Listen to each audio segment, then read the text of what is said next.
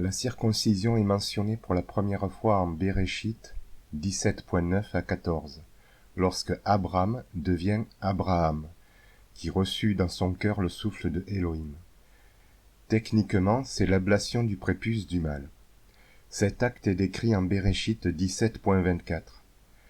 Abraham était âgé de 99 ans lorsqu'il fut circoncis. Ce mot provient du verbe hébreu moul, même vav lamed, qui veut dire circoncire, couper autour, couper court, retrancher. Même, c'est la formation. Vav, la droiture, lamed, l'existence. Nous avons donc la formation de la droiture de l'existence. C'est le nettoyage. Le mot incirconcis, en hébreu, charel, qui veut dire exposé, dépouillé, être non récolté. Chaim, c'est la source. Resh, la pauvreté. Lamed, l'existence. Donc, c'est la source de la pauvreté de l'existence, c'est-à-dire la misère. En Shemot 4.25, nous lisons selon la traduction standard, Séphora, l'épouse de Moïse, prit une pierre aiguë, coupa le prépuce de son fils, et le jeta aux pieds de Moïse, en disant, « Tu es pour moi un époux de sang. » Littéralement, depuis l'hébreu mot à mot, nous avons « Elle aura pris, Tzipora, la femme de Moshe, une pierre. Elle aura coupé elle-même, prépuce du fils. Elle aura touché pour marche à moi, Hachem, de lui. Elle aura dit, parce que, époux, il a attendu de moi, toi, Hachem. » Il s'agit donc de retrancher le mal et de nettoyer et purifier l'âme. Il est indiqué que c'est la femme qui circoncit son fils spirituel, son mari qui est incirconcis, et ceci avec une pierre lapidaire. C'est elle qui transmet la connaissance de la Torah de Hachem telle que mentionnée par le verset grec en Matthieu 1.18, dont nous parlerons plus tard. En Shemot 4.24, nous lisons selon la traduction standard, « Pendant le voyage, en un lieu où Moïse passa la nuit, l'Éternel l'attaqua et voulut le faire mourir. » Littéralement, nous avons « Il, le Fils, aura été par un chemin, par un endroit sombre. Elle aura rencontré elle, Hachem. Elle aura recherché. Il pleurera. » Ensuite, c'est le mari qui fait circoncire son fils physique 8 jours après la naissance de son enfant génétique. La Torah indique que la circoncision est le signe, inscrit dans la chair, de l'alliance avec Hachem. C'est un signe divin, distinct de tous les signes des humains ignorants et de tous les signes des humains idolâtres. Sa portée dépasse le niveau de la chair apparente qui ne reçoit que le reflet projeté du résultat d'un processus nourricier spirituel qui a lieu dans le cœur et dans le mental, au milieu même des cellules. La circoncision des actes et de la parole. C'est le signe concret et physique, externe comme interne, de la connaissance des qualités de la sagesse, de la piété, de la compassion, de la miséricorde, de l'amour et de la charité, et donc des plus hautes lois de la survie de la création du Créateur pour un point de vue localisé au niveau de l'être humain, de son corps et de son âme. La circoncision de la chair amène intrinsèquement à celle de l'âme, à moins que celle-ci ne soit trop mauvaise. La circoncision de l'âme, même mauvaise, mais devenue bonne, amène inéluctablement à celle de la chair. La circoncision du cœur et du mental, c'est l'ablation du mal qui rend arrogant et intransigeant, sans compassion et sans miséricorde, c'est-à-dire xénophobe, discriminatoire, antisocial, psychopathe et assassin, ou plus simplement méchant. Se soumettre à la doctrine circoncit le cœur pour faire le bien en rejetant le mal, ce qui amène à circoncire la chair. La Torah, qui demande à ce que ce seul signe soit inscrit dans la chair, attire l'attention sur l'importance non pas de la marque visible faite par l'homme qui peut la falsifier, mais de sa réalité invisible. En Devarim 10.16, il est écrit « Vous circoncirez votre cœur et vous ne raidirez pas votre cou ». En Devarim 30.6, il est écrit « L'Éternel ton Dieu circoncira ton cœur et le cœur de ta postérité, et tu aimeras l'Éternel ton Dieu de tout ton cœur et de toute ton âme afin que tu vives. »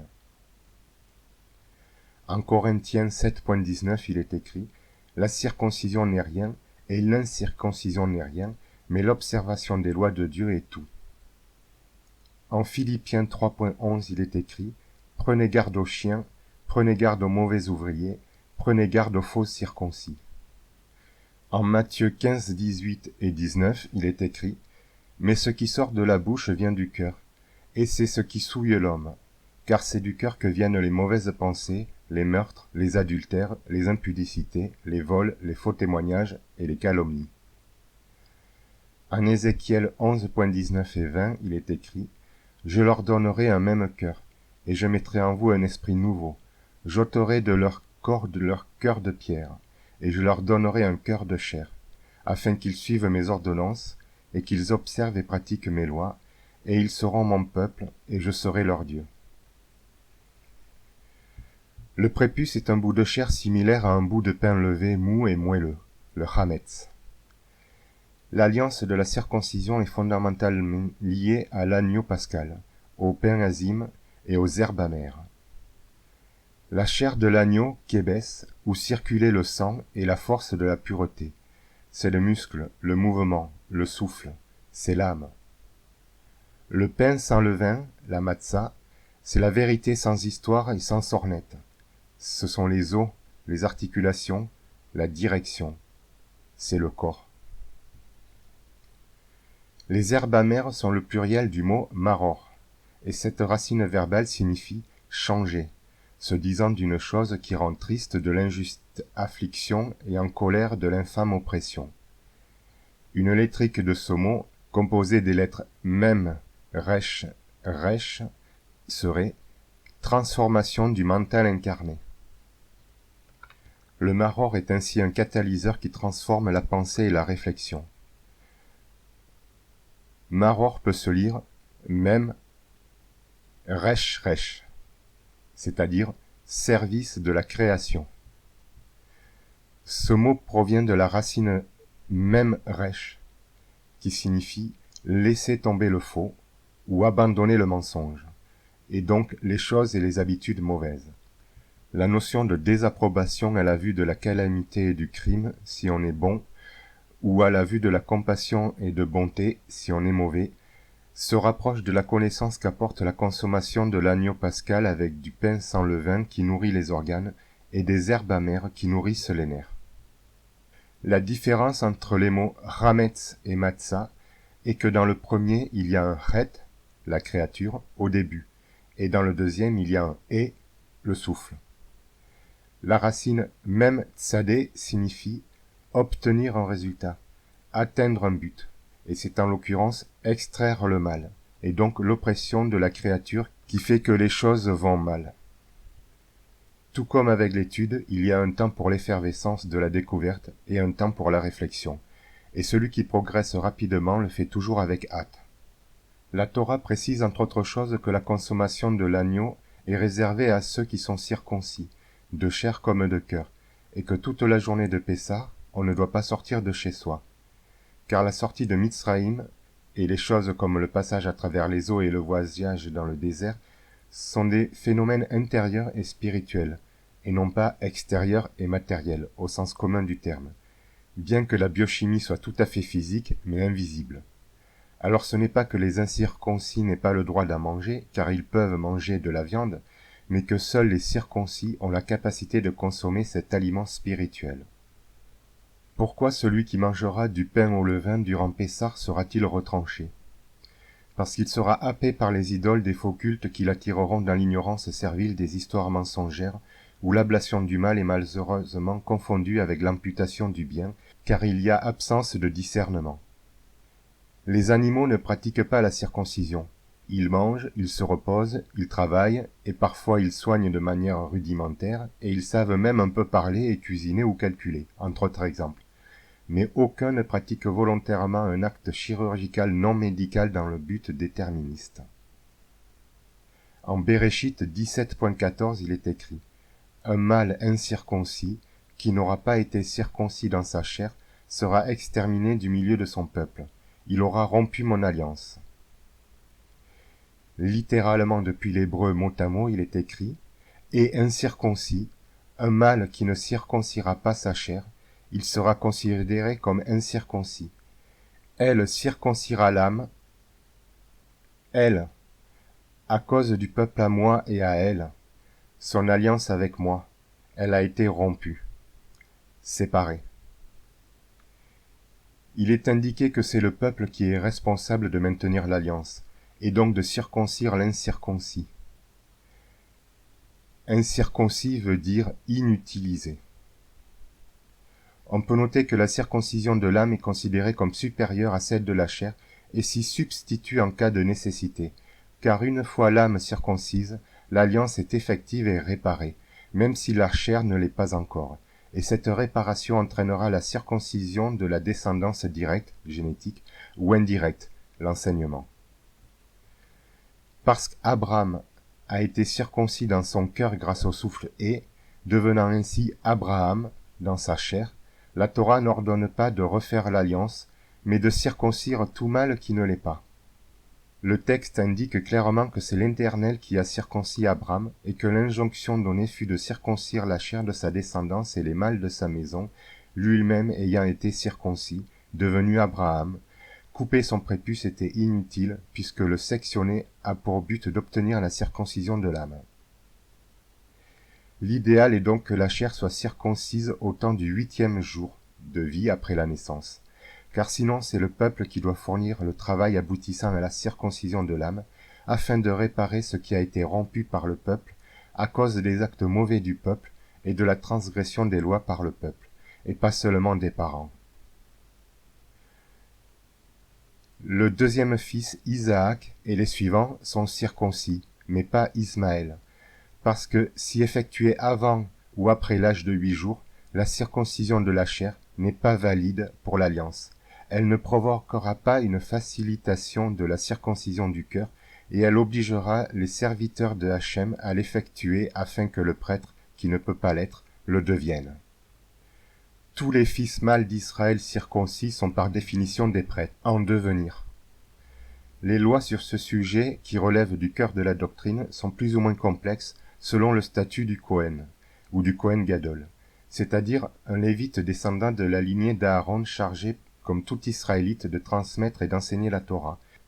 Le mot Kohen, composé des lettres Kaf et Nun, a pour lettrique élan du souffle nourricier, et telle est la fonction de son service. Le rôle des Kohanim, statut réservé aux mâles de par la naissance ou de par l'action révélatrice du don de la Torah, est de gérer la construction des éléments du temple et de les entretenir. Le temple étant le corps humain. La fonction du Kohen relève de facultés spéciales au même titre qu'un tel a plus d'intelligence qu'un autre, qui a plus de force que celui-ci, qui est plutôt doué pour quoi que ce soit d'autre. Il ne s'agit pas de connaissance ni d'entraînement, mais d'aptitude spécifique à certains hommes.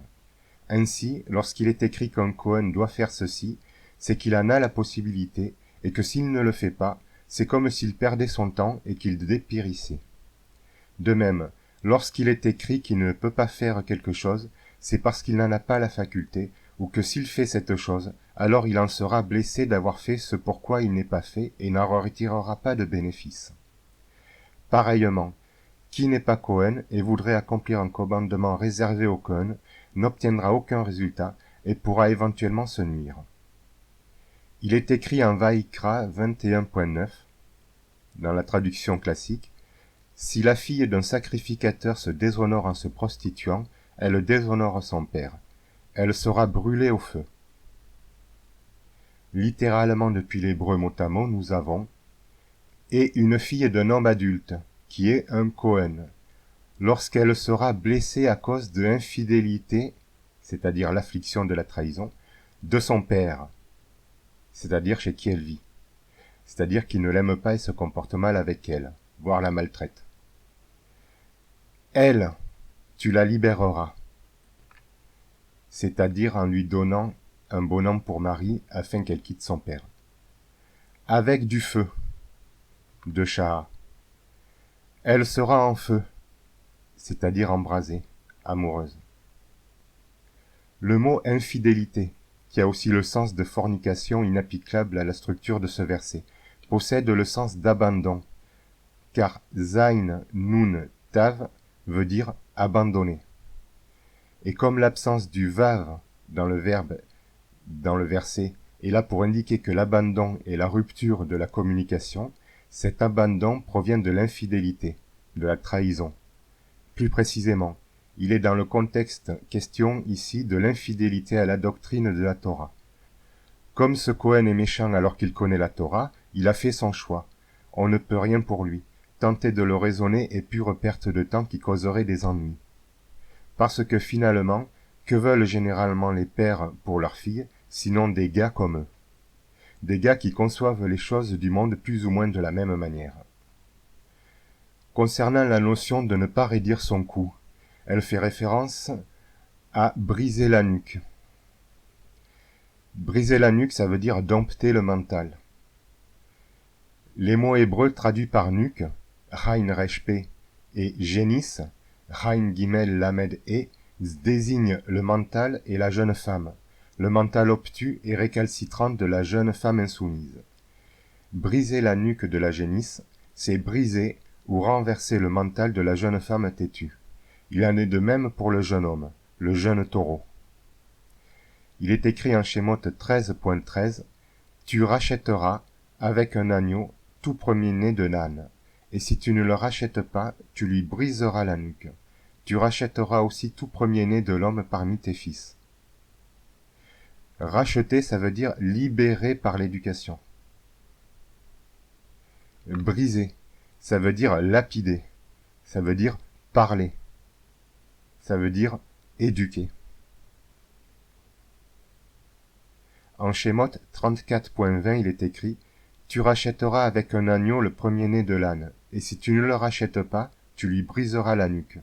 Tu rachèteras tout premier-né de tes fils, et on ne se présentera pas à vide devant moi. » À vide veut dire en vain, sans but. La nuque, c'est ce qui soutient le mental, c'est les opinions. Une opinion, c'est le contraire du savoir, avec la vanité de croire que l'on sait quelque chose au sujet de ce dont on ne sait rien, mais qu'on a décidé d'être telle ou telle chose sans pouvoir l'argumenter et le démontrer ni admettre la vérité en cas d'erreur.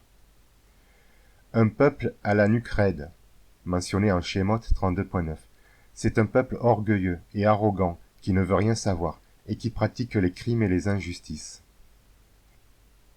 En Acte 7.51, il est écrit « Hommes au cou raide, incirconcis de cœur et d'oreille, vous vous opposez au Saint-Esprit. Ce que vos pères ont été, vous l'êtes aussi. »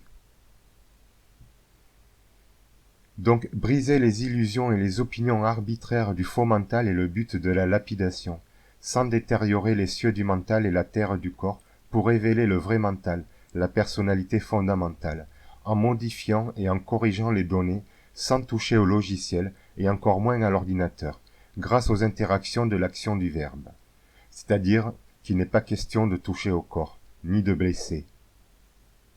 Le verset Devarim 21.4 concerne la jeune femme non mariée et l'homme ignorant, et ce sujet concerne le sacrement du mariage. Littéralement, nous pouvons lire mot à mot Devarim 21.4 « Des sages de la Torah rapprocheront le petit de l'âne. La petite de la vache sera formée auprès de lui avec flux continuel, pour ne pas il produira pour lui, et ne pas il plantera pour lui. Ils répandront la Torah alors auprès de la petite vache dans flux de paroles. » Ce verbe briser, qui vient de l'hébreu haraf, qui signifie faire plier, laisser tomber, faire couler, est composé des lettres Chain, l'apprivoisonnement, Resh, l'incarnation, P, l'expression. Ce verbe veut donc dire apprivoiser l'incarnation de l'expression, c'est-à-dire dompter. Le mot génis vient de l'hébreu régla, qui provient d'un verbe qui signifie tourner, ou d'un mot qui veut dire rond, est composé des lettres Haïn, la source, Gimel, le mouvement, Lamed, l'observation, et le souffle. C'est donc la source du mouvement observant le souffle de vie, c'est-à-dire le mental qui est jeune et novice et qui ne sait pas tourner. Dans les exposés précédents, il a été mentionné le talion, œil pour œil, dent pour dent, qui correspond à la formation du couple. Il a été également mentionné la lapidation, c'est-à-dire envoyer des œuvres pour éduquer et réformer, et libérer du mal, ce qui nous amène à la notion de punition de mort. La punition de mort signifie en fait libérer le bien du mal. En Vaïkra 17.11, il est écrit « Car l'âme de la chair est dans le sang, et moi je vous l'ai mis au-dessus sur le trône au lieu de ferveur, pour apaiser, pour vos âmes, car il est le sang, il fera l'apaisement de vos âmes. » Il est question ici du chauffard qui fait vibrer le liquide des ventricules cérébraux. En Vaïkra 20.27, il est écrit « Si un homme ou une femme ont en eux l'esprit d'un mort ou un esprit de divination, ils seront punis de mort. On les lapidera à eux et leur sang. » En Bamidbar 15.35, il est écrit « L'Éternel dit à Moshe, cet homme sera puni de mort. Toute l'assemblée le lapidera à l'écart du groupe. » En Devarim 24.16 à 18, il est écrit « Ne seront pas mis à mort les pères à cause des fils, et les fils ne seront pas mis à mort à cause des pères. On fera mourir chacun pour ses fautes. Tu ne porteras pas atteinte aux droits de l'étranger et de l'orphelin, et tu ne garderas pas en gage le vêtement de l'aveugle. Tu te souviendras que tu as été esclave en Égypte, et que Hachem ton Elohim t'a racheté de là-bas. C'est pourquoi je t'ordonne de mettre en pratique ces commandements. » Il s'agit de la mort de l'acte, pas des responsables, car tel est le but de la Torah, faire mourir le mal, et non l'être vivant. Le sang, c'est l'âme. À eux et leur sang veut dire que leurs âmes sont leur propriété, et que parce qu'elles sont égarées, elles doivent leur être rendues, et non pas dérobées à nouveau après avoir été dérobées par le mauvais penchant, le Yetzer Hara, l'archétype du mal. Le sens du verbe mettre à mort, lorsque tuer est interdit, n'est rien d'autre que la réforme des esprits abîmés et tordus par le mal qui agissent mal volontairement comme involontairement à cause de la contagion de la folie. Nous avons deux mots distincts en hébreu, ratsar et mout. Ratsar veut dire tuer, assassiner. Ce mot est composé des lettres resh, le mental, le changement, la solitude, le cycle. Tzadé, la destinée, la justesse, l'appui. Ret, la vitalité, l'équilibre, le soutien. Ce qui nous donne le changement de la destinée de la vie, c'est-à-dire le meurtre. Mout veut dire mourir, faire mourir, cesser. Ce mot est composé des lettres Mem, qui est la formation, transformation, Vav, qui est la lumière, la communication, et Tav, qui est l'aboutissement, la matière, ce qui nous donne la transformation de la communication matérielle, c'est-à-dire l'initiation. Faire mourir, être puni de mort, ou être mis à mort, concerne l'élimination du mal en faveur du bien en cessant le mal. C'est rétablir l'interaction, l'échange et l'expression afin de restaurer l'affinité, la réalité et la communication. Ceux qui refusent de communiquer et qui mentent créent la folie et le crime dans le monde. Tel est le travail de la mort. Tuer le bien et faire mourir le mal sont deux choses complètement opposées.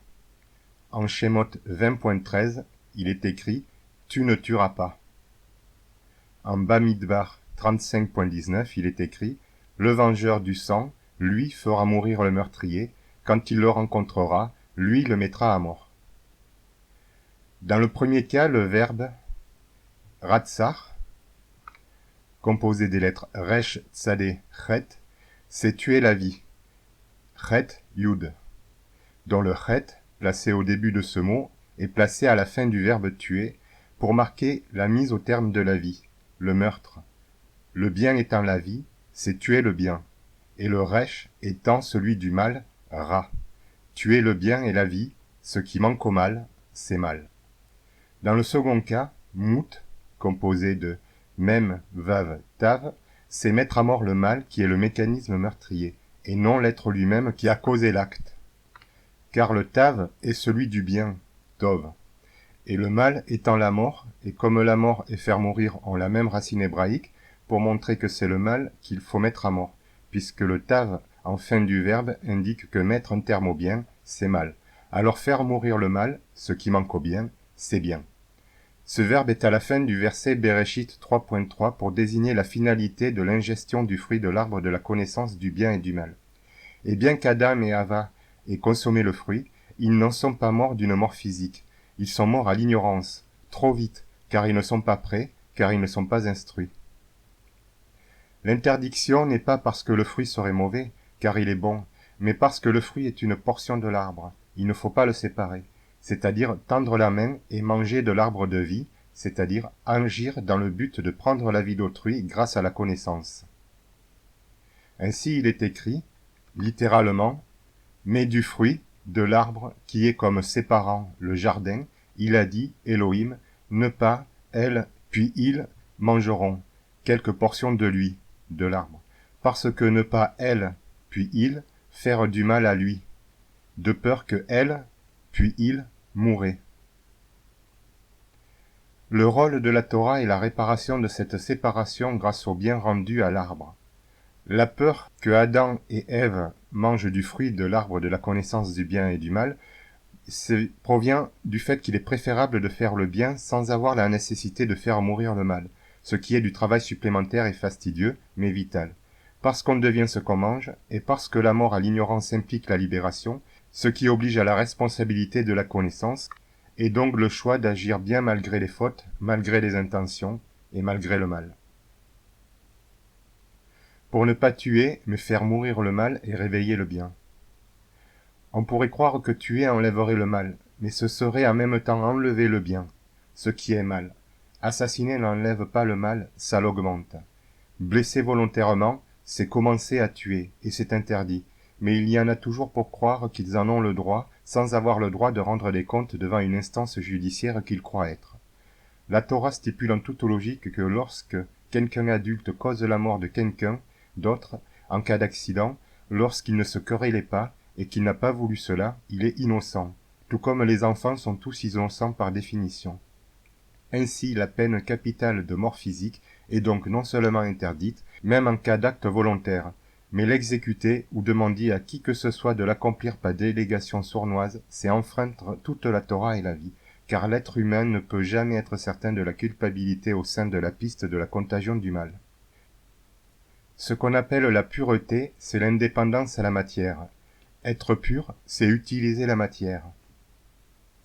L'impureté, c'est la dépendance à la matière. Être impur, c'est être utilisé par la matière. L'impureté, c'est quelque chose qui ne devrait pas être là, qui n'est pas à sa place, qui gêne et qui obstrue. Par exemple, lorsqu'on marche sur une route de terre, on se retrouve couvert de terre, de l'impureté, rien d'autre, et ce n'est en soi ni bien ni mal, mais ça détourne l'attention et ça distrait, et alors on peut, selon les circonstances, faire des erreurs plus ou moins graves ou pas.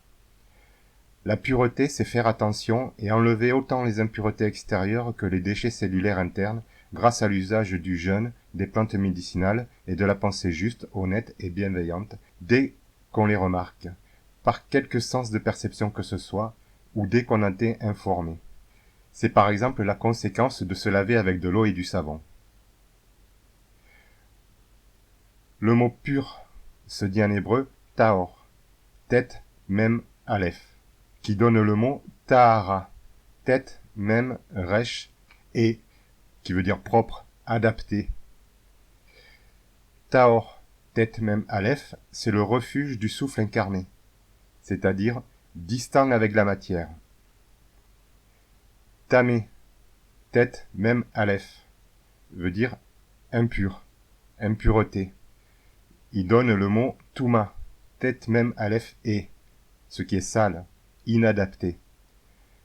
Tamé, tête et resh, c'est le refuge du service de la création, c'est-à-dire attaché à la matière.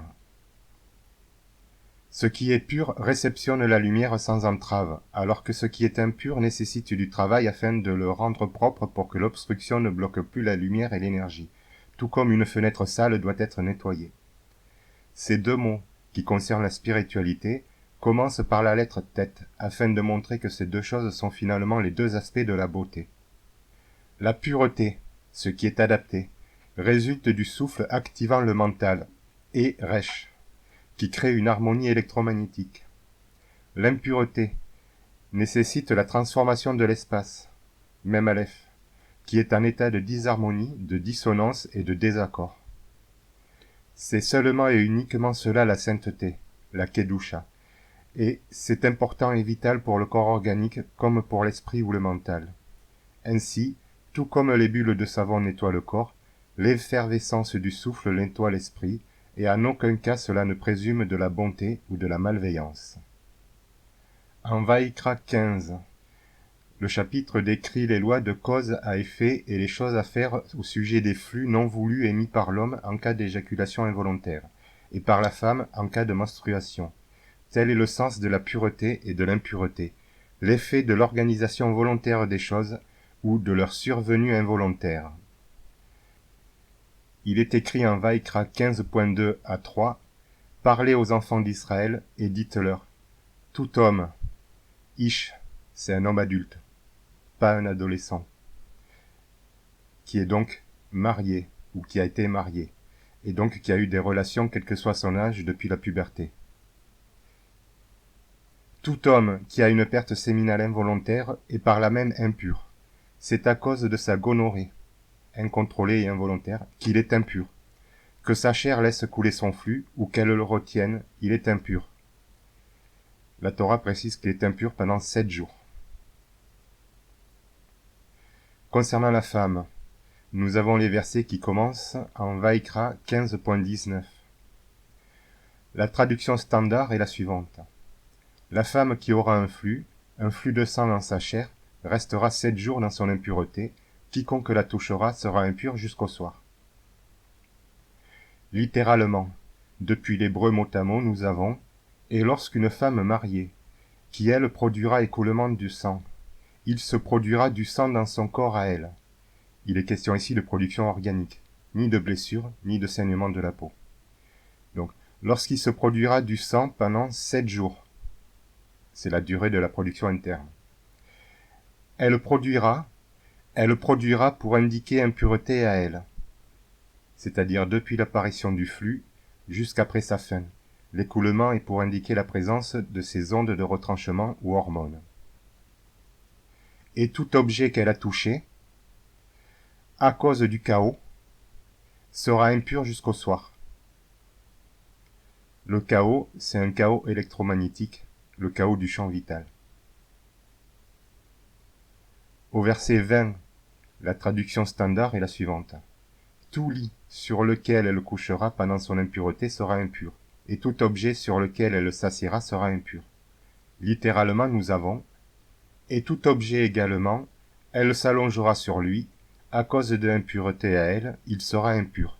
Et tout objet également, elle s'assiera sur lui, il sera impur. » Au verset 28, il est écrit « Lorsqu'elle sera purifiée de son flux, elle comptera 7 jours, après elle sera pure. » Littéralement, alors, lorsqu'elle n'a pas été pure, c'est le début du flux, elle comptera pour elle 7 jours, durant et après elle sera pure.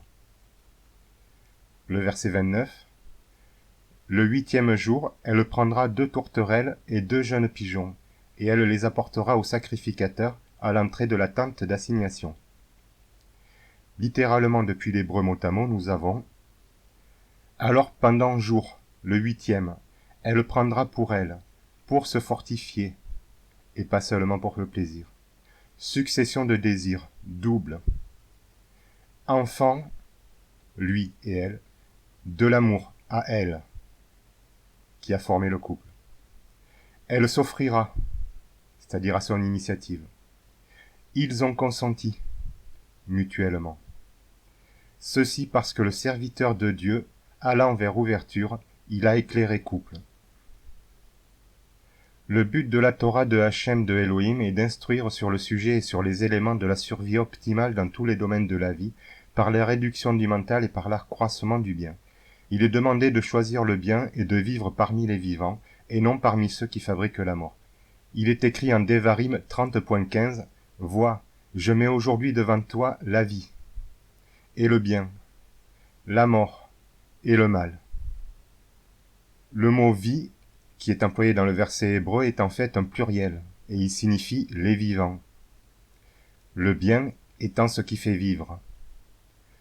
Le mot mort en hébreu est un singulier dans le verset.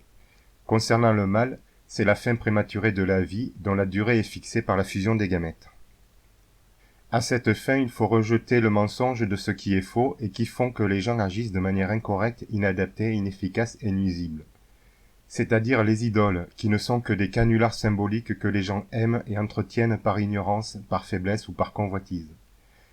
Les médiums, qui grâce à leur tour de passe-passe plus ou moins élaborés font croire aux individus et aux groupes, en la vie après la mort, qui n'existe absolument pas sinon dans le souvenir et dans les archives des renseignements, et en la manipulation de la destinée par des êtres supérieurs tels que des fantômes, des anges ou des aliens, qui ne sont rien d'autre qu'eux-mêmes. Et les mauvais actes volontaires et involontaires qui causent directement comme indirectement les blessures physiques comme mentales et émotionnelles, portant généralement et inéluctablement atteinte à l'intégrité de la vie. Le mal et la souffrance mortifère engendrés par la convoitise et par les actes aberrés ou malveillants de soi et d'autrui, qui ne sont pas souhaitables car contre la survie. C'est l'ignorance et les artefacts du mental irrationnel erroné et vérolé par l'inné et par l'acquis. Le bien est dans la mesure du possible la vie libérée de la méchanceté, des réactions incontrôlées, des fautes et des tourments. C'est être vivant. Les mots mal et bien sont composés en hébreu de 2 et 3 lettres, pour montrer que le bien est globalement plus important et plus fort, même si on croit le contraire. Le mot mal, en hébreu ra, resh chaim. C'est la solitude de la conscience, c'est l'indépendance de la croissance, c'est la meurtrissure de l'isolement. Le bien, tov en hébreu, composé des lettres tet, vav, bet, c'est le foyer de la lumière du temple, c'est la sagesse de l'expression de la volonté, c'est la bonté de l'interaction. La directive est de choisir la vie et de ne blesser ni tuer qui que ce soit de quelque manière que ce soit. Faire mourir le mal, c'est enlever la souffrance en réformant et en réparant l'individu afin qu'il souffre moins et qu'il cause moins de mauvaises actions, que ce soit consciemment ou inconsciemment, volontairement ou involontairement, par erreur ou par choix, ou encore manipulé par des méchants comme par des événements. La doctrine enseigne à l'aide des lettres chromosomiques qui contiennent tous les potentiels humains du premier jusqu'au dernier, à savoir ce qu'il faut faire et à savoir ce qu'il ne faut pas faire, pour que les choses aillent bien et mieux et se réparent lorsque cela est possible. Le véritable nom de la religion de Dieu, c'est la doctrine de la Torah, ou tout synonyme ou traduction de cette expression, car lorsqu'on parle de doctrine, on parle de religion, ou encore de l'attachement à la loi de la Torah en l'occurrence, et plus généralement de l'attachement à l'honnêteté et à l'intégrité, et donc à la bonté et à la justice, qui sont la compassion et la protection de la vie en toutes circonstances. C'est l'attachement à la loi en vigueur, non pas seulement humaine, mais universelle, qui crée la véritable, stable et solide religion de paix à laquelle on est dévoué en toute liberté, quels que soient les modes culturels du groupe bienfaisant dont on dépend. L'attachement à une fausse religion, et donc à des organisations qui créent des lois, des coutumes et des œuvres qui ne respectent pas les bonnes lois et qui fabriquent inéluctablement des crimes et des guerres, enchaîne, trompe et tue. Selon le texte source des divers courants religieux du livre, et tel qu'indiqué dans les textes s'y référant, Dieu n'a aucun autre but ni aucune autre volonté que le libre arbitre et le bonheur de l'être humain. Et c'est pour cela qu'il a donné la loi, pour obtenir ça. Tout celui qui viendrait dire que la volonté du Créateur de l'univers et de la vie est autre, et qu'il la connaît, et que puisqu'il a le pouvoir de transgresser la loi, alors c'est que Dieu lui en donne le droit, n'est qu'un imposteur, un menteur et un mécréant mal intentionné, perfide, fourbe et hypocrite, dont les seuls intérêts sont le régal du plaisir, le gain de l'argent et le pouvoir de la domination dans leur forme pervertie. Ce n'est pas Dieu qui autorise le mal, mais l'homme à qui Dieu a donné le choix d'action. Le chapitre 22 de Béréchit mentionne le sacrifice d'Abraham. 22 s'écrit en hébreu kaf bet, c'est-à-dire la main qui soutient le temple. Cette racine a le sens d'écrasement, et une électrique serait force de volonté. Donc en Béréchit, chapitre 22, verset 1, il est écrit dans la traduction classique, « Après ces choses, Dieu mit Abraham à l'épreuve, et il lui dit, Abraham, et il répondit, me voici. » Littéralement en hébreu mot à mot, nous avons « Il, Hachem, aura dévoilé ensuite les paroles. » C'est le livre d'Evarim. Les paroles de l'affliction, lorsque le souffle de Elohim, il a prouvé la vérité de la doctrine. Avec Abraham, la circoncision du cœur. Il aura dit à lui, Abraham, il, Hachem, aura dit, le pouvoir de lamentation.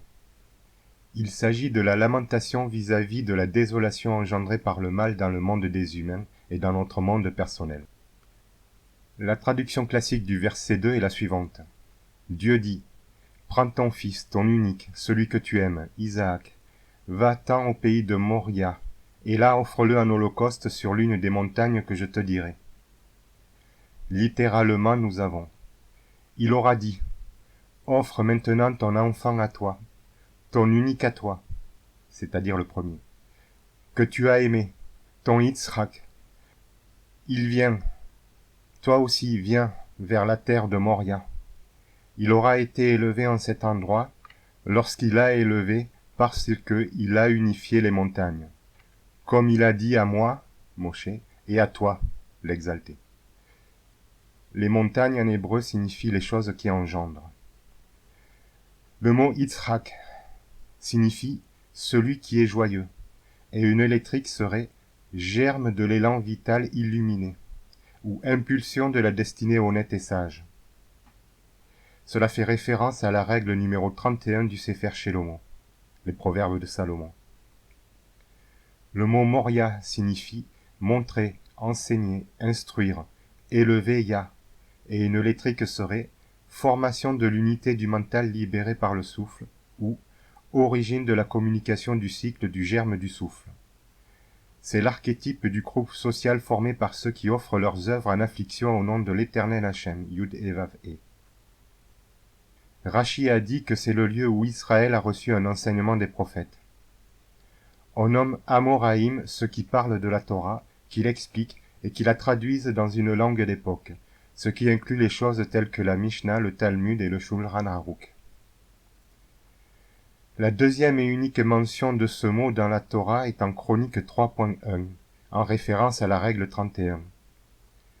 Salomon commença à bâtir la maison de l'Éternel à Jérusalem, sur la montagne de Moria, qui avait été indiquée à David, son père, dans le lieu préparé par David sur l'aire de Ornan le Jébusien. Littéralement, il aura réussi Shelomo à construire lui-même le temple de Hachem avec Yerushalayim, c'est l'enseignement de la paix, avec montagne de le Moria. En conséquence, nous, les prophètes qui expriment la doctrine, montrerons à l'égard de David Abiyahu, qui a vécu dans le territoire de David lorsqu'il a engendré Ornan, le Yéboussi. Abiyahu veut dire Yud et Vav et mon père. Ornan veut dire la lumière a été transmise. Yéboussi veut dire descendant du victorieux. C'est le oint, le nouveau prêtre des mages. Au verset 3 du chapitre 22 de Béréchit, nous avons la traduction standard. Abraham, se levant de bon matin, sella son âne et prit avec lui 2 serviteurs et son fils Isaac. Il fendit du bois pour l'Holocauste et partit pour aller au lieu que Dieu lui avait dit. Littéralement, nous avons « Il aura agi promptement, Abraham, le père de la multitude, pour abandon du mal et du Hametz. Il aura dompté les passions, avec effervescence à lui. Il aura reçu la Torah, avec dents ou force. Jeunesse de moi à lui, lui-même parce que de lui, Yitzhak, fils de lui, il aura gagné arbre à moi, fécond. » L'arbre de Hachem, c'est la descendance d'Abraham. Il aura augmenté sa durée de vie. Il sera allé vers le lieu dont il a parlé pour lui le Elohim.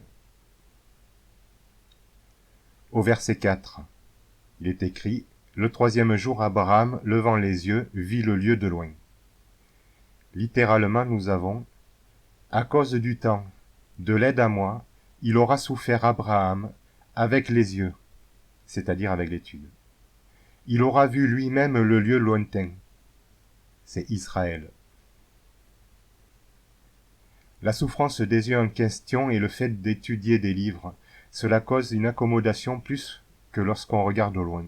Il a été démontré que les problèmes de vision étaient plus fréquents chez les lecteurs assidus, chez les travailleurs de bureau et plus généralement chez ceux qui vivent en ville parce qu'ils ne regardent pas assez au loin sur de longues distances de plusieurs kilomètres.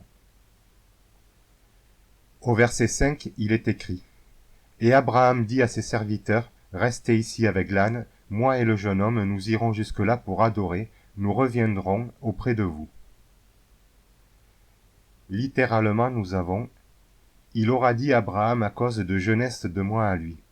Il restera parce que compassion. » Ici, en Israël, avec l'effervescence, c'est-à-dire la nuée ou pluie. Et moi, Moshe, et la jeunesse, nous irons à elle, à Aretz Moria. C'est inlassablement de cette manière que nous et toi aurons vécu, que nous et lui, Yitzhak, auront donné Eloah de nous. La jeunesse dont il est question ici, avec le mot Nehaha, où le Yud est la première personne singulier possessif et le Vav la troisième personne singulier masculin, et dont le dictionnaire définit le sens comme étant enfant, jeunesse, serviteur, et Sarai, la femme d'Abraham, qui est Mariam de Yosef, et qui avec Abraham devient grâce au souffle Sarah, Shin, Resh et qui est la princesse. Ce mot veut dire résider, lutter, délivrer, nourrir. Une lettrique serait force du mental qui souffle. Le mot matzah, même tzadé et, signifie ce qui est sans fermentation. Le verbe même tzadé et signifie boire un liquide visqueux. Ce qu'on appelle les commandements, du mot hébreu mitzvah, même tzadé vav et, ajoute un vav à la matzah, le vav de la communication. Cela nous indique que ce qui est de la matzah est ce qui est sans règle concernant le but, même tzadé, du souffle et, générateur des choses, même et, qui sont claires et brillantes de joie, tzadé et. Le souffle doit en effet rester neutre, agios, pour la sainte convocation, et non orienté vers une intention de bien ou de mal afin de laisser agir Hachem Elohim en lieu et place de la volonté du désir humain qui est en sens contraire. Ainsi, le potentiel du bien de Hachem peut s'exprimer dans la personnalité de l'être humain en lieu et place de son caractère mal intentionné, pour lequel il trouve en général toujours de très bonnes justifications qui sont selon lui très raisonnables, tout en aimant ces mensonges qui sont les siens et qu'il pense posséder et contrôler, alors qu'en réalité il est esclave, et il rend les autres esclaves, tandis qu'ils le maintiennent eux-mêmes dans cette servitude. Ainsi, à Pessah, on mange des pains sans levain afin de prendre conscience et de ne pas oublier que le levain des enseignements que tout un chacun raffole, quel que soit l'âge et le savoir, car ils instruisent et divertissent à l'aide d'histoires et d'interprétations qui peuvent être mensongères, maintient dans l'ignorance de la réelle vérité et peut entraîner des choses indésirables telles que les opinions sur les croyances au sujet de ce dont on ne sait rien et qui peuvent faire croire que des imaginations sont la réalité alors que jamais elles existeront. Mitzraïm provient du mot Mem Tzadé Resh au pluriel. Il désigne les tourments, les afflictions, les oppressions, les détresses, les limites, les entraves. Ce mot hébreu non temporel, faussement traduit en une Égypte historique associée à un nom de pays physique créé par les limites fixées par des êtres humains, peut se lire « contrôle de la destinée de l'esprit ». Le pluriel « Yud Mem » ajouté après « Mem Tzaderesh » indique que ce contrôle n'est pas effectué par un individu sur lui-même, mais résulte d'une démocratie de la convoitise exercée directement, en manipulant, ou indirectement, en étant manipulé, par le peuple et par les dirigeants sur chacun. On peut également lire ce mot Mem Tzadé Resh, soit le but du mental humain, tant en termes de qualité que de défaut et de potentiel d'erreur. Et ce but ne provient que de l'expression de la personnalité égotique de Pharaon, qui représente l'archétype de l'étranger à la Torah, dont le corps est né au sein de Mitzraïm. Chaque être humain, quel que soit le lieu et l'époque de sa naissance, quelle que soit sa couleur de peau, quelle que soit sa religion, est un étranger, et ce sont la circoncision et le don de la Torah qui en font un enfant d'Israël. La 10e étape de la production d'un Hébreu, la 10e plaie de la sortie d'Égypte, et que sa volonté de suivre la doctrine de la Torah soit plus forte que sa volonté de l'ignorer afin d'avancer sur le chemin de la vie par une autre voie, où les mensonges disparaissent en perdant de leur pouvoir, et où l'emprise de la sorcellerie s'affaiblit jusqu'à annihiler son influence. C'est un chemin aride et désertique, mais lumineux et joyeux malgré la tristesse et l'affliction. Et plus on avance sur ce chemin, plus on discerne le juste de l'injuste et le souhaitable du maléfique. En Devarim 32.12, il est écrit « L'Éternel seul a conduit son peuple, et il n'y avait avec lui aucun dieu étranger. » Le mot « chametz », qui signifie oxydé, acide, vinaigre, pâte fermentée et levée, est composé des lettres Ret, Mem, Tzadé. C'est la créature formée par la destinée. Ce sont les enseignements par les symboles humains, la philosophie. Le mot matzah veut dire épuisé, vidé, pressé et essoré, sans levain, azim, est formé des lettres Mem, Tzadé et. C'est la formation de la destinée par le souffle. Ce sont les enseignements par les lois en vigueur, c'est-à-dire la science. Il est écrit dans le livre de Matthieu, au 1er chapitre, verset 18, depuis le grec, littéralement mot à mot. De celui-ci maintenant, Jesus Christos, l'engendrement, de cette manière il a été réalisé. Tu étais promis pour elle, mère de lui. C'est la source. Mariam de Yosef, avant que tu sois associé avec elle, elle a obtenu, dans ventre, au cours de la conception, ayant depuis pneuma agios. Le mot Mariam provient du mot hébreu qui signifie rébellion, amertume, affligé, qui provient du verbe être indocile ou réfractaire, désobéir, offenser, irriter, graver. Une lettrite des lettres Mem, Resh, Yud, Mem serait formation du mental par le souffle spirituel originel. En effet, les affligés, les opprimés, ne peuvent poursuivre que se révolter contre le mal. Yosef en hébreu veut dire Yud e Vav e à ajouter des jours de vie. Et une lettrique serait libération de la communication par l'alliance du verbe.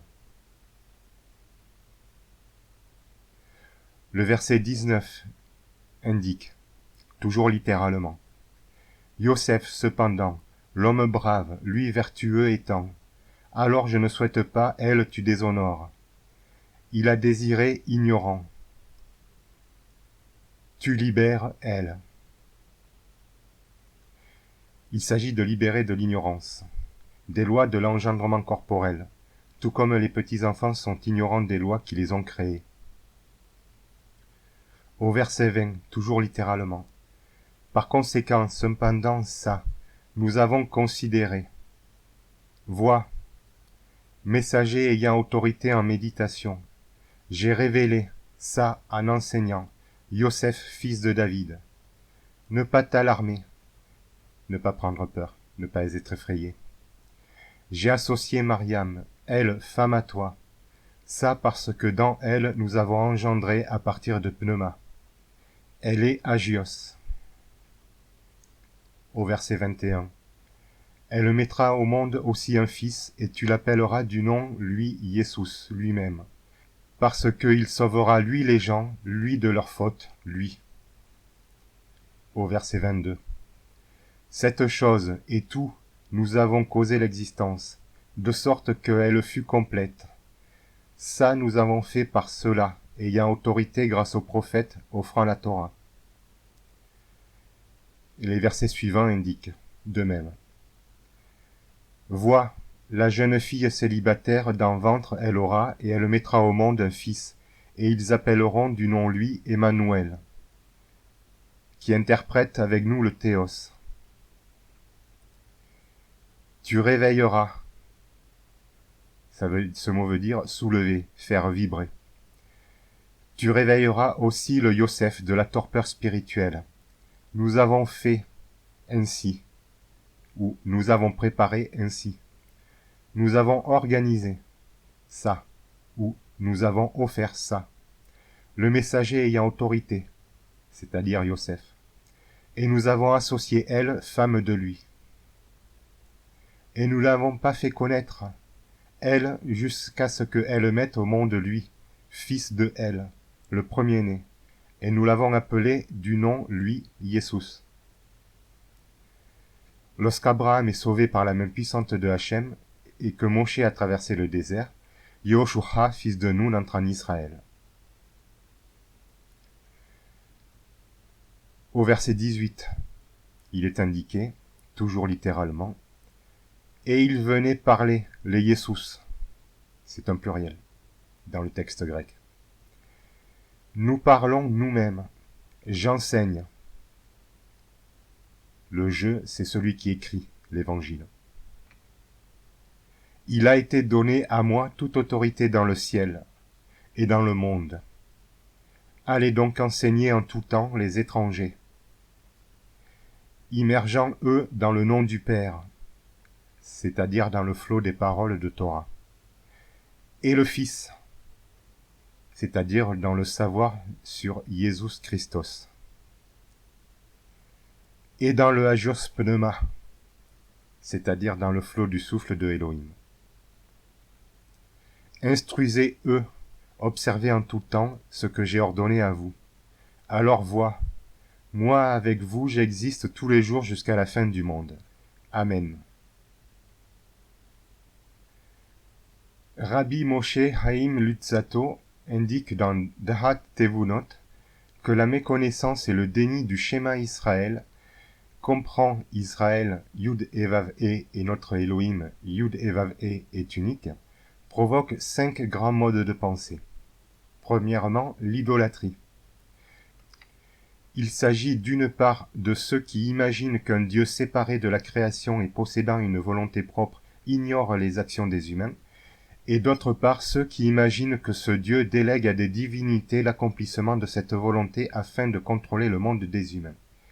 Il s'agit ici de toute forme de théisme, avec un ou plusieurs créateurs. Deuxièmement, les deux pouvoirs. Il s'agit de ceux qui imaginent que 2 autorités supérieures dirigent les événements, l'un responsable du mal et l'autre responsable du bien. Il s'agit ici de toutes les formes de théisme binaire.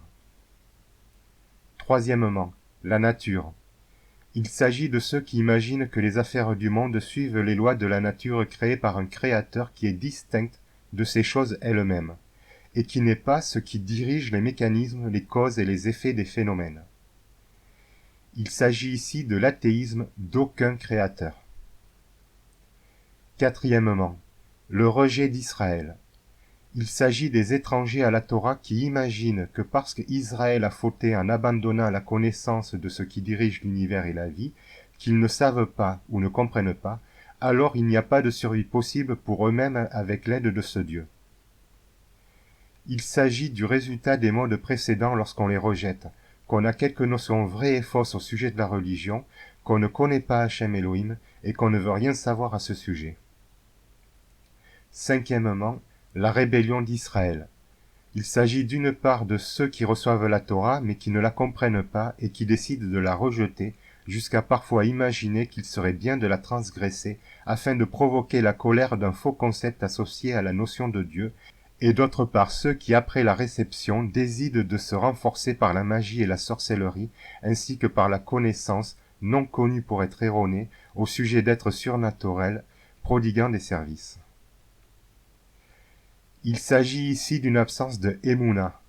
Ce mot signifie foi ou confiance, constance, fidélité, loyauté, en la Torah. Une lettrique de ce mot, composée des lettres Aleph, Mem, Vav, Nun et serait espace de la formation, de la communication, de la vie qui respire. En effet, l'espace nécessaire pour la Emouna, requise pour l'action de la Torah, se trouve à l'intérieur du corps au sein de chaque cellule, de chaque os, de chaque muscle et de chaque organe. C'est pour cela que les rabbins disent que seul le désir de Torah procure la connaissance de la doctrine et l'intervention de la main puissante de Hachem. La Torah ne parle pas de la vie en expliquant directement le monde matériel, mais en décrivant le monde correctement nommé immatériel. Car invisible au sens physique, à moins d'utiliser des appareils, alors qu'il façonne la réalité à l'aide de mots et d'images objectifs, d'une manière conceptuelle et parabolique, mais non symbolique, en nommant les choses telles qu'elles sont à l'aide d'une description non technologique, d'une manière à la fois précise et concise, transposée et homothétique, ou encore fractale, grâce aux lettres dont la forme est le sens. La Torah est au-delà des symboles qui n'ont qu'un pouvoir temporel, tandis que les lettres de Elohim sont intemporelles. La fille de Pharaon qui sauve Moshe des eaux du fleuve est la franc-maçonnerie, actuellement issue de la Confédération des Francs germains qui ont notamment fondé la France. Un autre exemple de fille de Pharaon est le New Age, tant ancien que moderne, qui alimente ce fleuve en bien et en mal. Les livres d'histoire, quels qu'ils soient, nous montrent que n'importe qui peut faire n'importe quoi en bien ou en mal avec un symbole, afin d'hypnotiser et d'engrammer les groupes et les peuples, sur plusieurs générations, propageant ainsi l'aberration et donc l'esclavage direct comme indirect. Chaque génération exaspérée espère un nouveau monde meilleur. Chaque individu mécontent espère un nouvel ordre local comme global.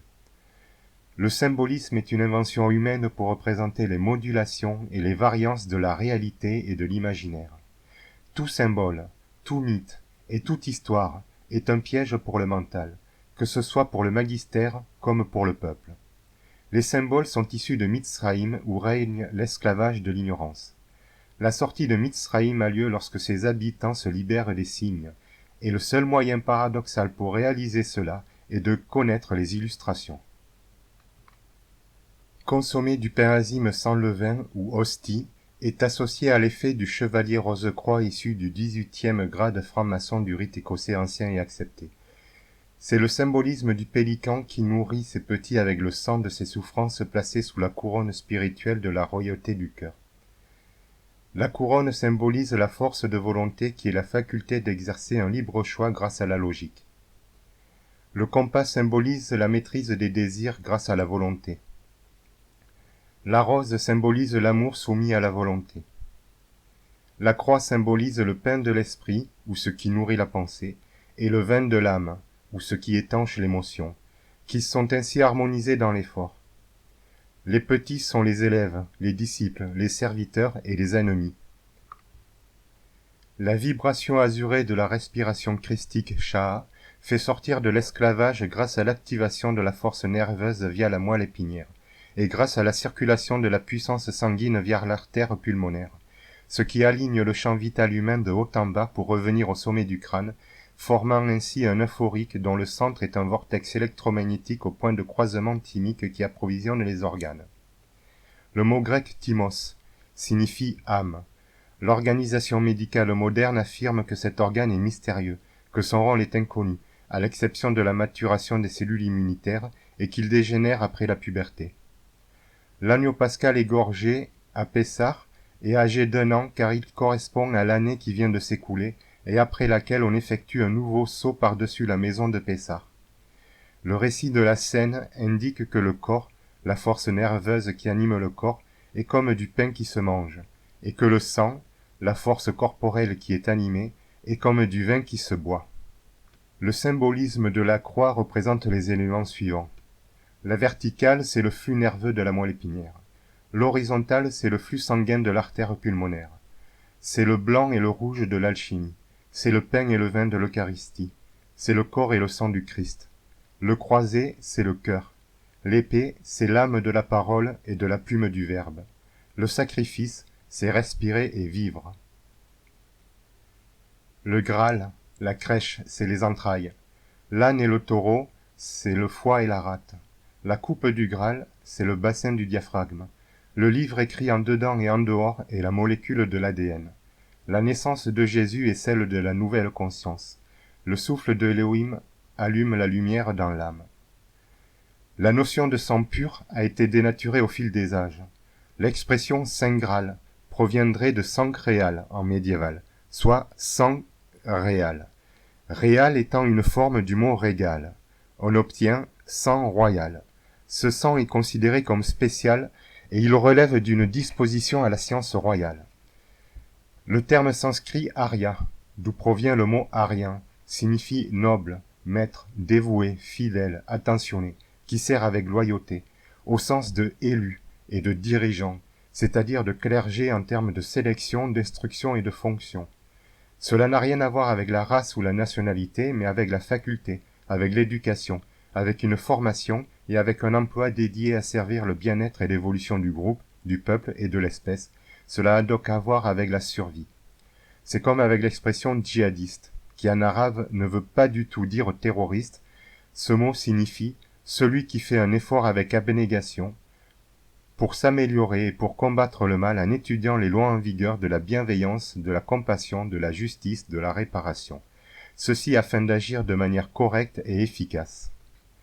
D'un point de vue fondamental et scientifique, Noël est le jour le plus court où le soleil expose peu son influence photonique au profit de la réfraction lunaire, hormis lorsque ce jour coïncide avec la nouvelle lune, où au cours de cette nuit, seul le rayonnement cosmique atteint la surface de la Terre et ses êtres vivants.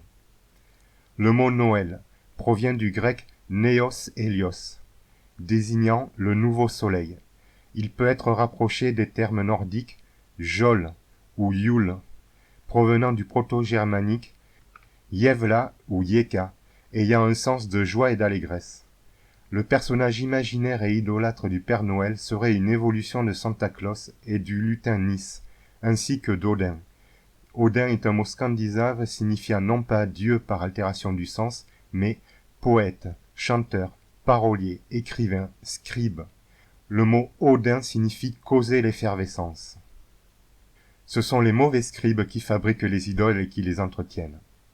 Le mythe du Père Noël ne sert qu'à apprendre aux parents à mentir à leurs enfants afin de créer leur première perte par trahison, ce qui est une grande source d'aberration pour la société et pour le peuple. Non parce que c'est une fête d'espoir, de rêve, de bonté et d'offrande, mais parce que c'est une farce relevant de la duperie et du mépris. Toute géométrie dans le monde est basée sur deux choses, la mesure et la proportion.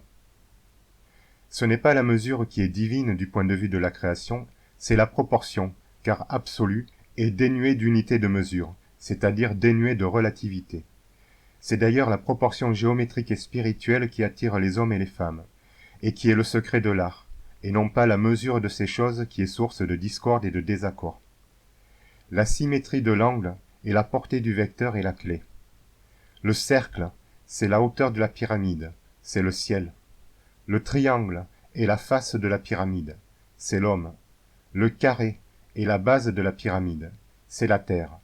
Ce sont les trois figures fermées fondamentales de la géométrie des grandeurs. 2. Le cercle, le sens du bien et le sens du mal. 3. Le triangle, le corps, l'âme et l'esprit, ou le ventre, le cœur et la tête. 4. Le carré, la terre, l'eau, l'air et le feu, ou le carbone, l'oxygène, l'hydrogène et l'azote. Tout problème humain est relatif aux mesures. Tout problème divin est relatif aux proportions. Le vecteur est ce qui organise la mesure de la proportion. Le vecteur se définit par son origine et sa destination. Le compas est ce qui proportionne le cercle et la symétrie. L'équerre est ce qui mesure l'angle et la distance. Le souffle, c'est-à-dire la vibration, est ce qui engendre le mouvement. La semaine de 7 jours avec ses noms, son ordonnancement et son point d'origine ne sont que des arbitraires administratifs. En effet, la semaine commençant le lundi à un instant donné du passé et allant jusqu'au dimanche en nommant les jours selon les 7 planètes des anciens astronomes, quels que soient les jours de repos, est une semaine placée sous l'influence de l'astrologie, qui est une influence décidée et orientée par l'humain. Le seul référentiel absolu d'un être humain indiqué par la Torah est le jour de sa naissance. Il est écrit en Bereshit 2.2 et 3 « Dieu acheva au 7e jour son œuvre, qu'il avait faite. Et il se reposa au 7e jour de toute son œuvre qu'il avait faite. Dieu bénit le 7e jour, et il le sanctifia, parce qu'en ce jour il se reposa de toute son œuvre qu'il avait créée en la faisant. » En Shemot 16.29, il est écrit « Considérez que l'Éternel vous a donné le Shabbat. C'est pourquoi il vous donne au 6e jour le pain de 2 jours. Que chaque homme reste chez soi, que pas un homme ne sorte de son endroit au 7e jour. » Et en Shemot 23.12, « 6 jours tu feras tes activités, et au 7e jour tu te reposeras, afin que ton taureau et ton âne aient du repos, que le fils de ta servante respire, et l'étranger. » Le Shabbat personnel est un des Shabbats prescrits par la Torah, pour se souvenir du 7e jour après la naissance, qui est comme la fin préparatoire à la répétition du cycle engendré lors de la fusion des gamètes, au cours du premier jour qui est un soir et un matin. Car l'œuf fécondé, devenu blastocyte, s'accroche à l'endomètre de l'utérus lors du 6e. Et après tant d'efforts énergétiques, il se repose. Il est précisé être pour tous, hommes, femmes et enfants, car le mot employé est en fait Aleph Yud Shin et signifie quelqu'un. La circoncision des mâles, la Brit Mila, est alors réalisée le 8e jour, après la naissance. Jusqu'à la naissance, l'être ne perçoit que les perceptions et les expressions de sa mère. Selon des études récentes, il faut plus de 90 décibels pour que les sons traversent les tissus et les liquides, et il passe 90% de son temps à dormir. La circoncision est l'alliance humaine au savoir. C'est un signe distinctif par rapport aux animaux qui est lié à la connaissance scientifique de la vie et de l'univers. En Romains 2.25 à 29, il est écrit « La circoncision est utile, si tu mets en pratique la loi, mais si tu transgresses la loi, ta circoncision devient incirconcision. Si donc l'incirconcis observe les ordonnances de la loi, son incirconcision ne sera-t-elle pas tenue pour circoncision? L'incirconcis de nature, qui accomplit la loi, ne te condamnera-t-il pas, toi qui la transgresses, tout en ayant la lettre de la loi et la circoncision? Le juif, ce n'est pas celui qui en a les dehors, et la circoncision, ce n'est pas celle qui est visible dans la chair. Mais le juif, c'est celui qui l'est intérieurement, et la circoncision, c'est celle du cœur, selon l'esprit et non selon la lettre. La louange de ce juif ne vient pas des hommes, mais de Dieu.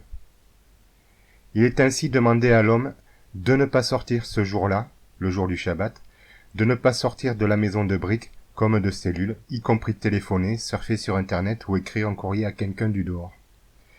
Ainsi que de cesser les activités physiques et intellectuelles, sauf en cas d'urgence. Le soir, c'est le coucher du soleil, lorsque l'être se couche et s'endort. Le matin, c'est le lever du soleil, lorsque l'être se réveille et se lève. Le jour du Shabbat se compte en jour solaire, contrairement aux autres jours des célébrations, les fêtes de la Torah, qui se comptent selon les jours de la lune, et selon les levées et les couchers de la lune. Par exemple, pour une personne née entre le coucher du soleil le dimanche et le lundi soir, son Shabbat est du dimanche soir au lundi soir. Ceux qui ont le même Shabbat et qui le sanctifient forment une égrégore planétaire distincte. Mais la Torah précise le jour, comme dans les 7 jours de la Genèse et le jour du repos. Est-ce que cela inclut le soir et la nuit qui précèdent le matin et la période lumineuse du jour? La réponse est aussi triviale qu'élémentaire et étonnante. Le jour, c'est ce qui va du matin au soir. Cela voudrait donc dire qu'on peut travailler et sortir le soir précédant le jour du Shabbat qui commence en fait au lever du soleil, l'aube, et qui se termine au coucher du soleil, le crépuscule. Pour quelqu'un né de nuit, son Shabbat sera le lendemain, comme s'il était né le jour suivant. Telle est la miséricorde du Créateur qui demande peu pour donner beaucoup. Il est écrit en Shemot 16.22 que le Shabbat commence le lendemain matin du 6e jour, au cours duquel il est demandé de préparer la nourriture pour 2 jours et de la garder jusqu'à ce moment. Le 6e jour, ils ramassèrent une quantité double de nourriture, 2 homères pour chacun. Tous les principaux de l'assemblée vinrent le rapporter à Moïse. Et Moïse leur dit, « C'est ce que l'Éternel a ordonné. Demain est le jour du repos, le Shabbat consacré à l'Éternel. Faites cuire ce que vous avez à faire cuire, faites bouillir ce que vous avez à faire bouillir, et mettez en réserve jusqu'au matin tout ce qui restera. » Ils le laissèrent jusqu'au matin, comme Moïse l'avait ordonné, et cela ne devint point infect, et il ne s'y mit point de verre. Le but est de reposer les cellules et les mécanismes génétiques mis en œuvre par la volonté humaine au cours des 6 jours. La nuit est la période de réparation des mécanismes inconscients. Le Shabbat est la période de réparation des mécanismes conscients. Avec un jour de repos différent pour chacun, les affaires humaines et l'aide tournent chaque jour comme le reste de l'univers et des astres. Il est écrit en Shemot 31.13 à 16, « Parle aux fils d'Israël en disant, vous garderez mes Shabbats, car il sera un signe entre moi et vous pour vos générations, pour savoir que je suis Hachem qui vous sanctifie. Vous observerez le Shabbat, car il vous est chose sainte. Celui qui le profane, mourir, il sera mis à mort. Car quiconque fait un travail ce jour-là, cette âme-là sera retranchée du milieu de ses peuples. Pendant 6 jours sera fait le travail, et le 7e jour est le Shabbat, chose sainte, pour l'Éternel. Quiconque fait le travail le jour du Shabbat, mourir, il sera mis à mort. Les enfants d'Israël garderont le Shabbat pour faire Shabbat pour leur génération comme une alliance pour toujours. Il est écrit en Devarim 5.12 à 15. Observe le jour du repos pour le sanctifier comme te l'a ordonné l'Éternel ton Dieu. Tu travailleras 6 jours et tu feras tout ton ouvrage. Et le 7e jour est le jour du repos de Hachem ton Elohim. Tu ne feras aucun travail, ni toi, ni ton fils, ni ta fille, ni ton serviteur, ni ta servante, ni ton taureau, ni ton âne, ni aucune de tes bêtes, ni l'étranger qui est dans tes portes, afin que ton serviteur et ta servante se reposent comme toi. Tu te souviendras que tu as été esclave dans le pays d'Égypte, et que Hachem ton Elohim t'en a fait sortir d'une main forte et d'un bras étendu. C'est pourquoi l'Éternel ton Dieu t'a ordonné de faire le jour du Shabbat. Mourir mis à mort veut dire que l'âme sera amenée à connaître, à comprendre et à suivre le Shabbat. Sinon la vie ne sera pas prolongée par Dieu, et il ne sera pas une force motrice d'Israël. Il sera retranché, mis à part, pour lui parler à lui, pour lui enseigner à lui, pour le lapider lui et pas un autre. Les règles principales du Shabbat sont de ne pas créer et de renoncer à l'effort, c'est-à-dire sanctifier Hachem Elohim, qui est la source de notre existence, ne pas sortir, ne pas travailler, reposer le corps, les émotions, le mental et l'esprit. Les rabbins enseignent que ne pas travailler signifie ne pas réaliser d'action constructrice, quelque chose qui crée. La création est faite durant 6 jours de travail, le 7e jour, rien ne doit être créé. Le Shabbat étant un des principes fondamentaux des religions abrahamiques qui le fixent quelquefois du vendredi soir au samedi soir ou le dimanche. C'est ce qu'on appelle le Shabbat de groupe. Le Shabbat est la force du peuple d'Israël. C'est la force du temple de l'être humain, le corps.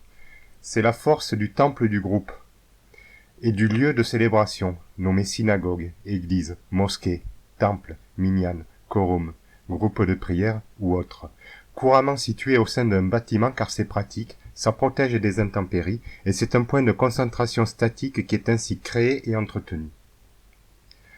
On peut remarquer que le mot Shabbat, qui est composé des lettres Shin, Bet, Tav, indique ce qui suit.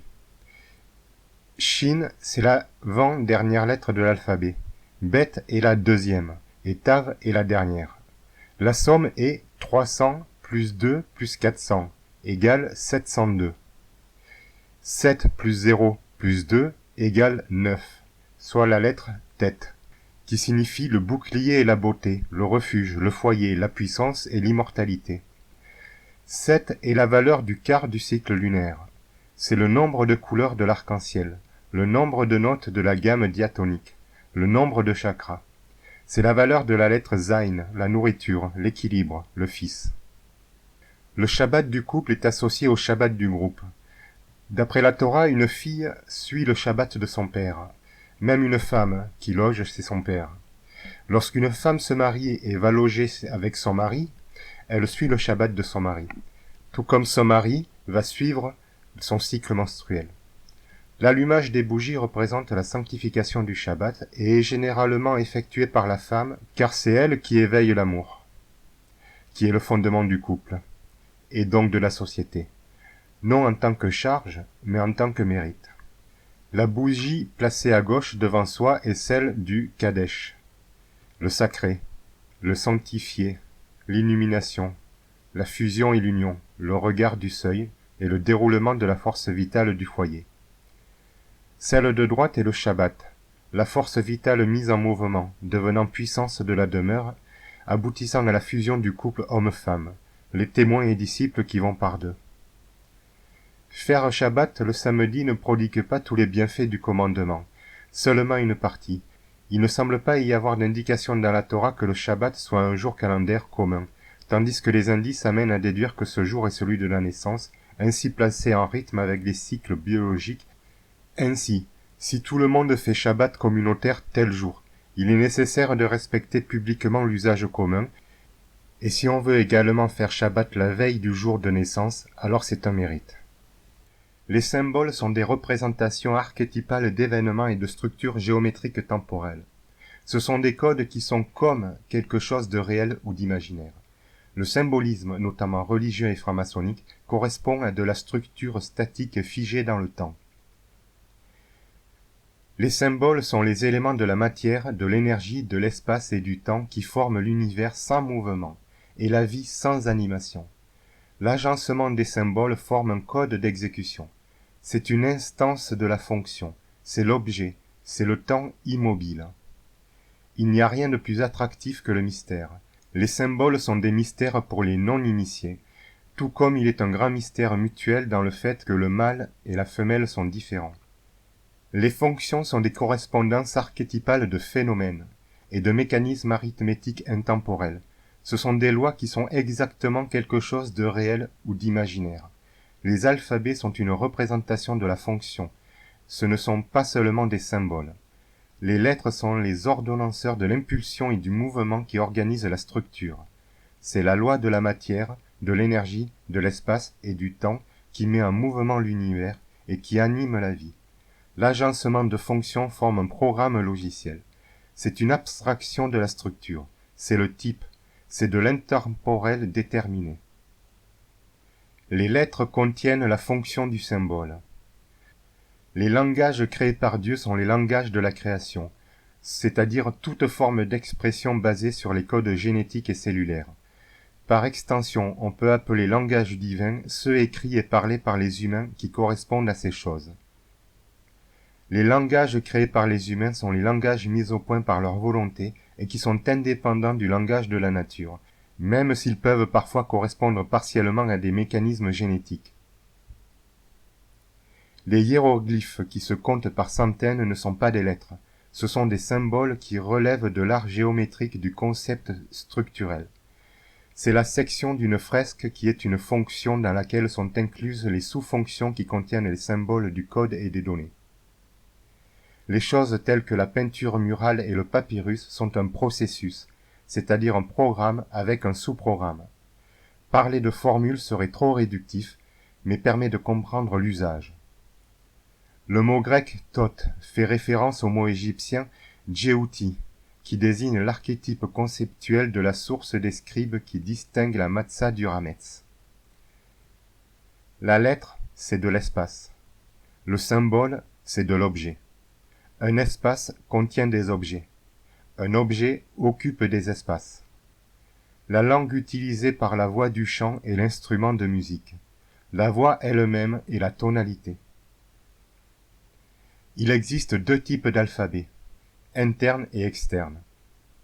Les alphabets internes sont une représentation de l'esprit en tant que somme arithmétique vectorielle des lois de la génétique exprimées événementiellement au sein des cellules et des symbiotes tels que les bactéries. Ils agissent en tant que cause du manifesté. Les arts, les cultures et les métiers proviennent de là, de l'animation cellulaire. Il y a deux types de causes. Cause forte et cause faible. Les lettres hébraïques correspondent aux chromosomes qui sont le programme et les données les plus importantes. C'est la pensée, la cause du mouvement interne.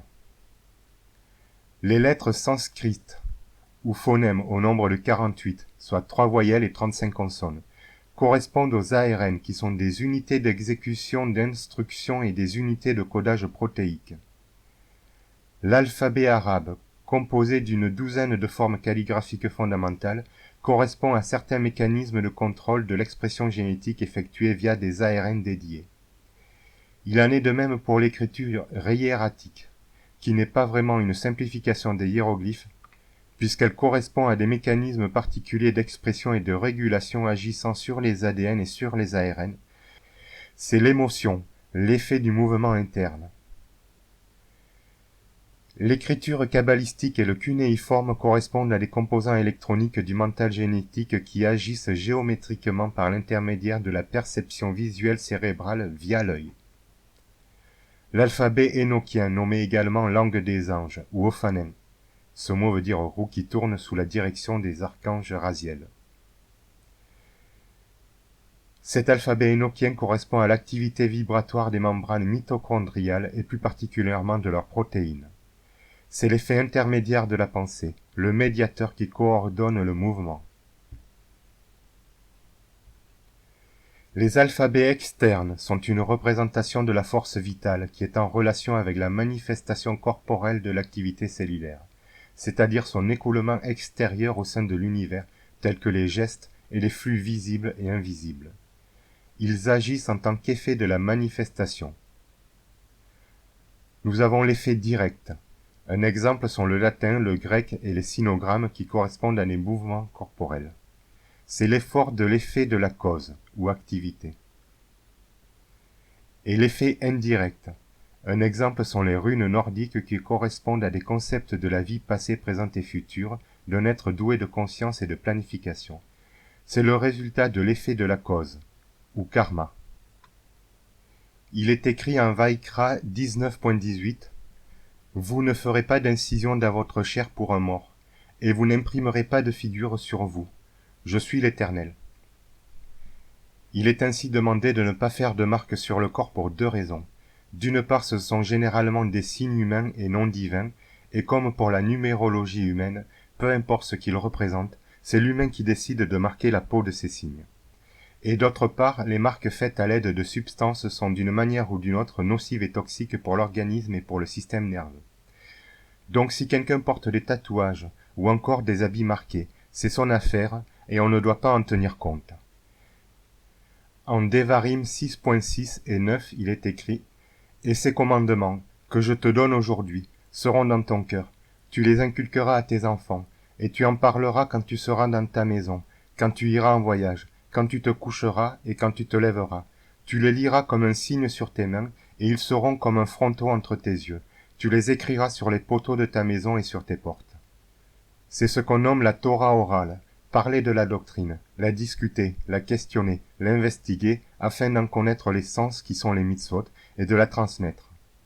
La doctrine demande de parler en permanence des lois de la vie, du développement embryonnaire, des mécanismes génétiques, du fonctionnement de la cellule, des unités d'attention, des interactions et des flux internes et externes, de l'amour et de la compassion, de l'éthique et de la justice, du bien et du mal, des justes et des méchants, des gens honnêtes et des criminels, etc. C'est parler de la grandeur de Hachem Elohim, malgré les abominables hommes et femmes de la terre et des cieux. C'est parler de l'immensité extraordinaire, remarquable et merveilleuse de l'univers et de la vie qui existe et dont on peut parfois prendre conscience à chaque instant qui s'écoule.